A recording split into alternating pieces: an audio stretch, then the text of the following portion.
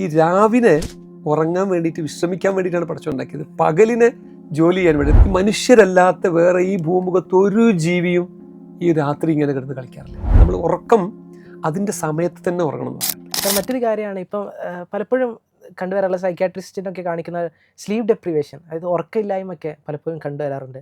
അപ്പം ഈ ഒരു മെലാറ്റോണിൻ പോലത്തെ ഹോർമോൺസ് ഒക്കെ എങ്ങനെയാണ് മാനേജ് ചെയ്യുന്നത്? ഇത് ആക്ച്വലി വേറൊരു കാര്യം പറയുന്നത്, ഈ നമ്മൾ ഈ സ്ക്രീന്, അതിൻ്റെ ഒരു ബ്ലൂ ലൈറ്റ് ആണല്ലോ സ്ക്രീൻ ലൈറ്റ് എന്ന് പറയുന്നത്. ഈ സ്ക്രീൻ ലൈറ്റ് കണ്ടിന്യൂസ് ആയിട്ട് നമ്മുടെ കണ്ണിൽ തട്ടിക്കഴിഞ്ഞിട്ടുണ്ടെങ്കിൽ അത് നമ്മുടെ ഈ മെലറ്റോണിൻ ഡിപ്ലീഷൻ വരുത്തുന്ന പറയുന്നത്.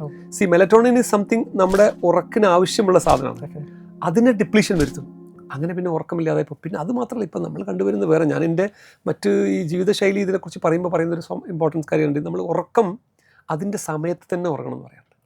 ഈ രാവിനെ ഉറങ്ങാൻ വേണ്ടിയിട്ട് വിശ്രമിക്കാൻ വേണ്ടിയിട്ടാണ് പടച്ചുണ്ടാക്കിയത്. പകലിനെ ജോലി ചെയ്യാൻ വേണ്ടി. ഖുർആനിൽ ഒരു ആയത്തുണ്ടല്ലോ അങ്ങനെ. അപ്പോൾ അതിനെ ഇവർ നേരെ മറിക്കുകയാണ്. അതേപോലെ ഞാൻ എപ്പോഴും പറയുന്ന വേറെ കാര്യമുണ്ട്, ഈ മനുഷ്യരല്ലാത്ത വേറെ ഈ ഭൂമുഖത്ത് ഒരു ജീവിയും ഈ രാത്രി ഇങ്ങനെ കിടന്ന് കളിക്കാറില്ല. അവരൊക്കെ രാത്രി വിശ്രമിക്കുക. കോടാനുകോടി ജീവികൾ ഈ കടലിലും ഭൂമിയിലും ആകാശത്തും കാട്ടിലും ഒക്കെ ഉണ്ടെങ്കിൽ ഇവരൊക്കെ രാത്രി വിശ്രമിക്കും, ഉറങ്ങും. മനുഷ്യൻ മാത്രമാണ് ഈ ബയോളജിക്കൽ ക്ലോക്ക് അല്ലെങ്കിൽ പ്രകൃതിയുടെ ഈ ക്ലോക്കിൽ നിന്ന് റോങ് ആയിട്ട് പോകുന്നവര്.